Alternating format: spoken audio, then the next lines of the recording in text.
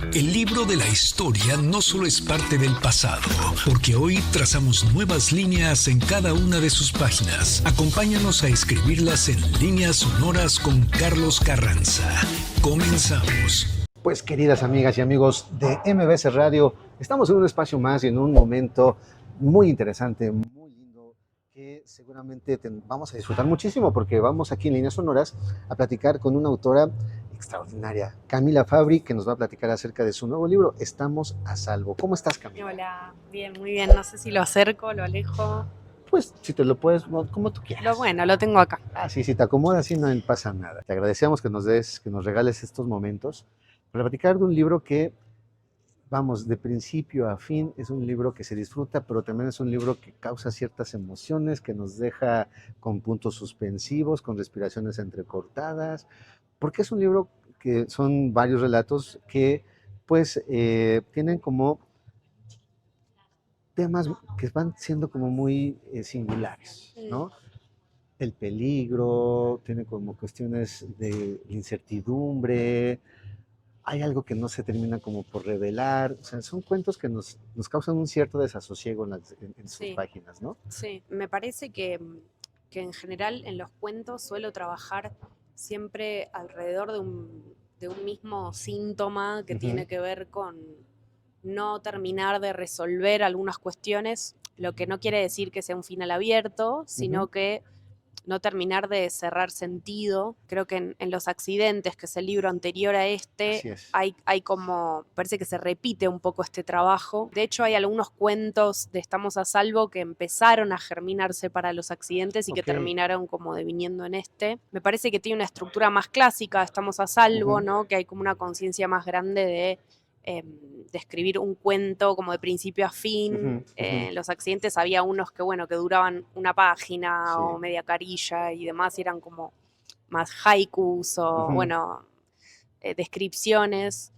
Entonces sí, como que me parece que ya a esta altura reconozco bastante, bueno, esas pequeñas obsesiones que son las que me llevan a configurar historias en las que pasan determinadas cosas. Claro. Y lo que va sucediendo son algunos aspectos que ponen en ciertos aprietos a los protagonistas, a las protagonistas, en situaciones complejas, peligrosas, en situaciones que además tiene que ver un poco con el título, ¿no? Porque está algo diferente, y eso ahorita vamos a hablar de ello, pero desde el primer cuento que se presenta, por ejemplo, con este gran animal, ¿no? Y en diferentes momentos, vamos, pero sí hay como un poner en un cierto borde a tus protagonistas, ¿no? Sí, sobre todo yo creo que el cuento de máxima expresión de esto que decís es Meteoro, que si no me equivoco es el segundo, que es a grandes rasgos la historia de una mujer que se sube a un taxi, a un Uber o lo que quieras, y el auto la empieza a llevar por cualquier lado. Y ese viaje se empieza a hacer súper largo y después, bueno, deviene en algo que tampoco es tan claro. No hay malicia, pero sí hay como una especie de adueñarse de la vida del otro por un rato. Y me parece que lo que busco con esa historia, que no me di cuenta que estaba buscando eso, quizás te lo puedo decir hoy, tiene que ver con, bueno, con hacerse todas esas preguntas, ¿no? Así como qué es lo que está bien, qué es lo que está mal, dónde empieza, como dónde termina la vida de uno y empieza la del otro, ¿no? Cuáles son las sensaciones desmedidas o las correctas. No sé, me parece que es esa intención de, bueno, de conmover un poco al lector y de no darle todo servido, ¿no? Claro, y creo que lo dices muy bien, es un cuento que lo traes a colación. Uno como lectora y como lector va pensando que va a suceder algo terrible, algo no fatídico, porque así está planteado desde un inicio. Y sin embargo, tú haces como esos ajustes de tuercas en la narración donde, ¿qué está sucediendo? Sí. Se hacen esas paréntesis, esos huecos, como dices, de sentido, de acción, donde justo es lo que intriga muchísimo, ¿no? Sí, quizás es ese pegar el volantazo en el momento en el que, bueno, uno creería que vas a ir por un lugar, incluso yo escribiendo, creo que voy a ir por un lugar y en un momento digo, no, bueno, voy a moverme de ahí a ver qué encuentro, como no ir siempre a lo que yo esperaría también en el proceso escribiendo, ¿no? Ajá, tú también te vas sorprendiendo entonces. Sí, trato de hacer movimientos dentro de mi imaginación también para... em, me parece que todo el tiempo estoy tratando de moverme de un lugar Ujú. esperado para mí. Como si tuvieras claro un primer objetivo, pero vas rodeando, vas cambiando, vas modificando. Sí, y no hay nada que yo tenga muy en claro antes de sentarme a escribir, digamos. Que eso es algo que por ahí surge mucho. Bueno, yo doy muchos talleres o seguimientos de obra en los que se está escribiendo una novela o un cuento y aparece mucho esta pregunta de, ¿debería yo tener en claro antes de empezar qué voy a contar estructuralmente, qué quiero que le pase al personaje y cómo lo va a resolver? Ujú. Y muchas veces la verdad es que no, digamos. Y eso no quiere decir que estés fluyendo con la vida, sino que Claro. tengas más o menos planteadas unas intuiciones respecto de a dónde querés ir, pero que también puedas como controlar ese proceso en el proceso, ¿no? Ajá. O descontrolarlo. Oye, hablando de eso, justo, fíjate que tus cuentos, para que también nuestras amigas y nuestros amigos, que estamos hablando de Estamos a Salvo, de Camila Fabri, editado por Almadía y la UAP, ¿no? La Benemérita Universidad Autónoma de Puebla. Empiezas, abres justo con pues con un epígrafe que es un guiño también un poco de lo que estamos diciendo, lo de Charly García, ¿no? Sí. Todo el mundo conoce esa anécdota, todo el mundo la trae a colación, y cómo plantea justo ese momento en el cual va cayendo y uno se puede esperar cualquier cosa excepto lo que está diciendo. Sí. Creo que eso es algo que va marcando tu estilo, al menos en estos cuentos, ¿no? Sí, hay algo como del discurso corrido de él que siempre me parece muy inspirador. Uh -huh, uh -huh. Eh, A ti te gusta mucho la música, además. sí, me gusta mucho. Con tu libro anterior, ¿no? Sí, sí, escribo mucho sobre música. Más que nada, bueno, hay algo de la música como de mi país también y de cierto género que creo que me sigue conmoviendo como cuando era adolescente, ¿no? Como que hay algo de eso que no se me termina de ir. Y bueno, y Charly García es muy un exponente de eso para mí. Y sí, eso que dice que él pensó cuando caía, que obviamente no lo pensó, Claro. pero hay algo de armar ese relato del después que me parece muy lindo. O sea, que obviamente no está hablando, nunca se pone a hablar de que se podría haber muerto. O sea, habla de cualquier otra cosa, que es, bueno, lo que vio, lo que pensó, lo que sintió.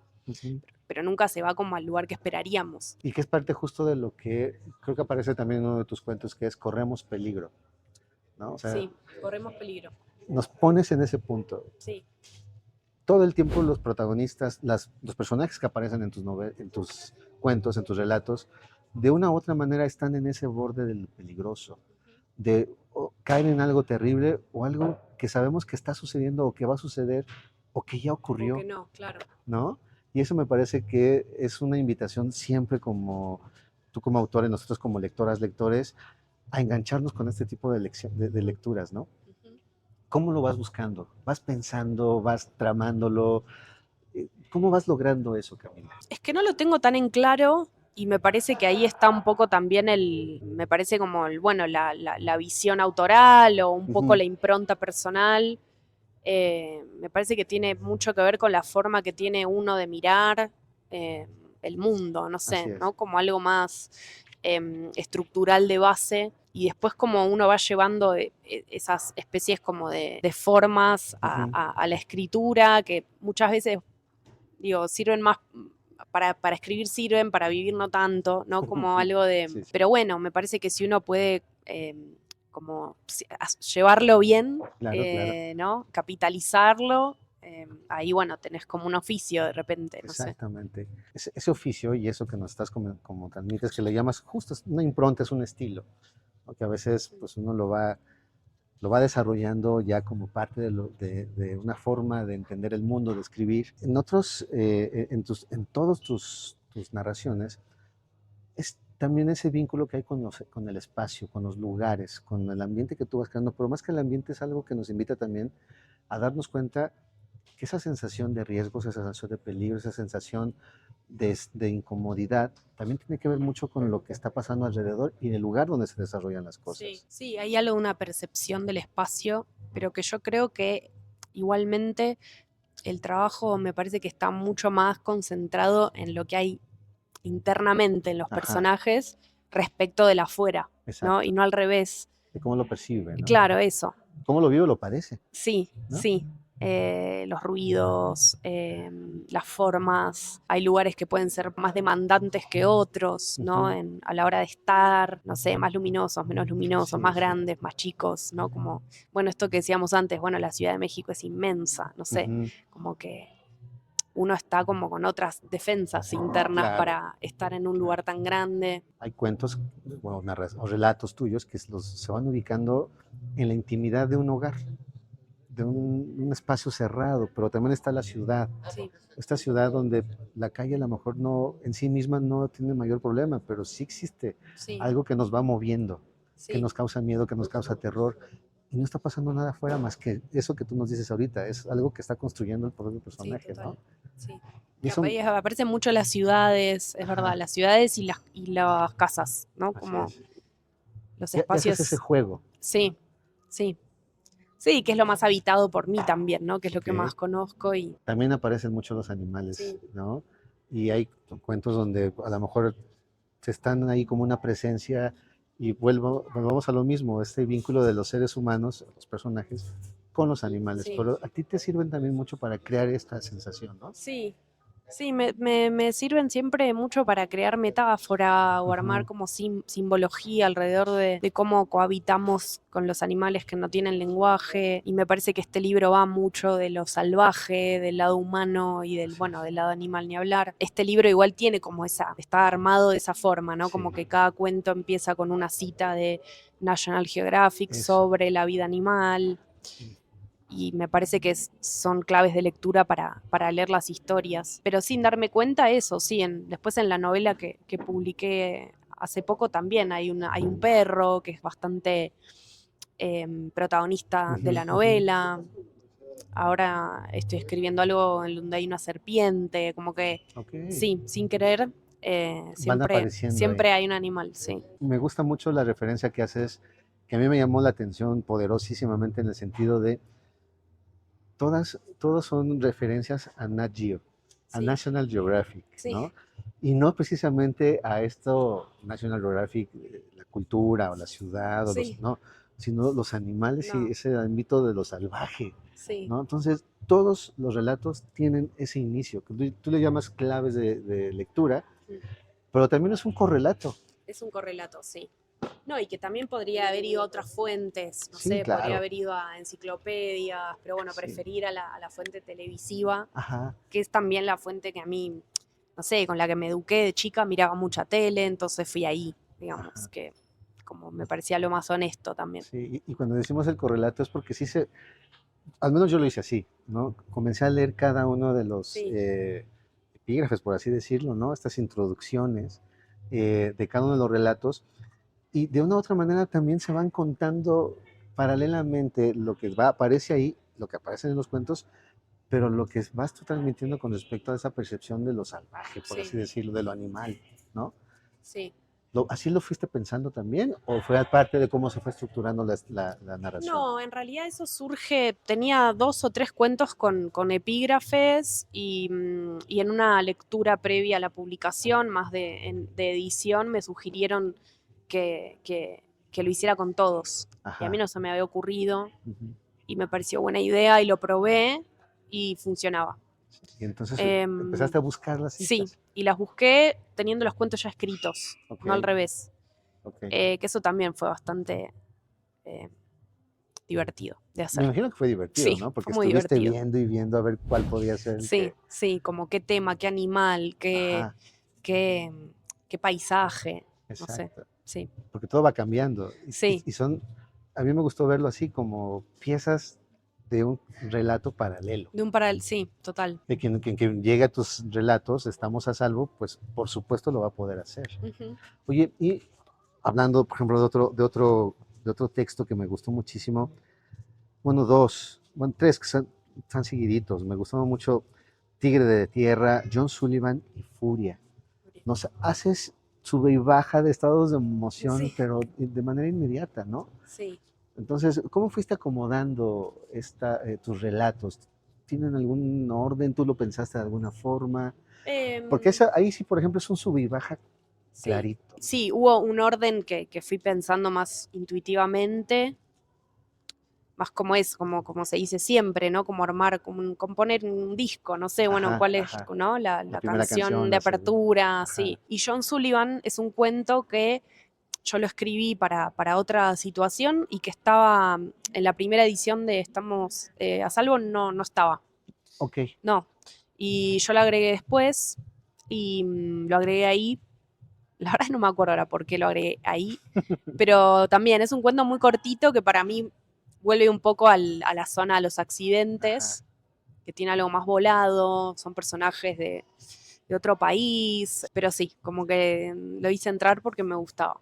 Te gustaba mucho. Y da una especie como de contrapunto en la lectura. Y eso Es ya- como de época, sí Ajá. hay algo ahí. Bueno, también de mucho como consumo de cine y de Sí, películas y de exacto. tele, no sé, como ese mundo más ajeno, pero que también a mí ¿Te gusta? me parece siempre sí súper atractivo. Como lectoras y lectores posiblemente lo podamos experimentar, pero obviamente como la autora, como quien está creando todas estas historias, los personajes, eh, a mí me gustaba imaginarte y me gusta imaginarte como tú lo dices ahorita, sí me divierto, ¿no? Sí.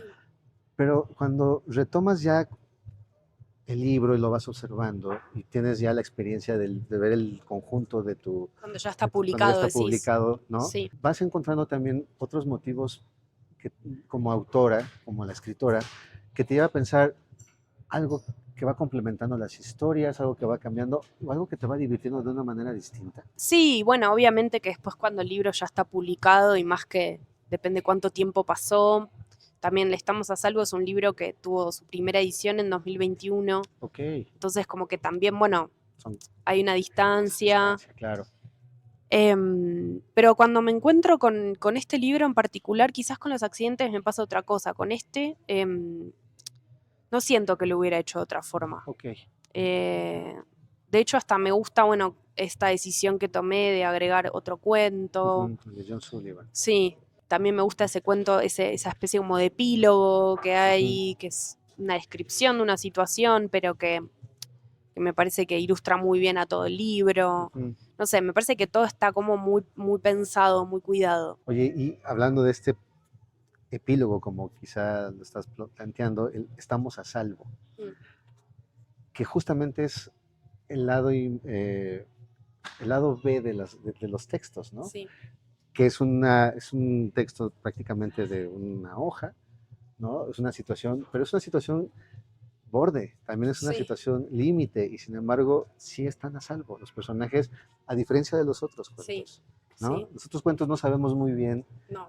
qué está pasando, si estuvieron a salvo o no, pero aquí sí lo haces con esa claridad, ¿no? Sí. Y la imagen es muy poderosa, ese tren terrible, ¿no? Sí. Sí, que son cosas que yo por ahí me voy imaginando en la vida cotidiana, ¿no? De decir, voy en un bus colectivo, baja la barrera en el medio, pasa el tren, ¿qué pasa? ¿No? Si pasa tal cosa. Entonces, bueno, después sí puedo como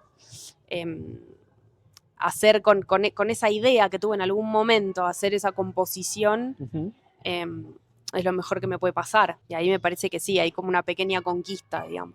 Cuando yo llegué a ese texto, te tengo que confesar que hubo un momento en que dije, no vayas a hacer algo terrible, Carlos. No. Porque hablas del bebé, hablas del señor de más de 70 años, dije, no lo vayas a hacer. No. Y fue, cuando cierro esa parte, fue, ok, cerró el círculo, sí. Camila, cerró el círculo. Cerró el círculo, ¿no? Sí. Y están todos vivos. Están todos vivos y yo lo agradecí, sí, ¿no? En los demás cuentos queda un poco el suspenso, pero al menos aquí sí me hiciste respirar. Dije, ok, Camila, te lo agradezco, ¿no? No sé si pase con los demás, a mí se me ocurrió así. Claro. Oye, Camila, pues Estamos a Salvo, entonces es una nueva edición.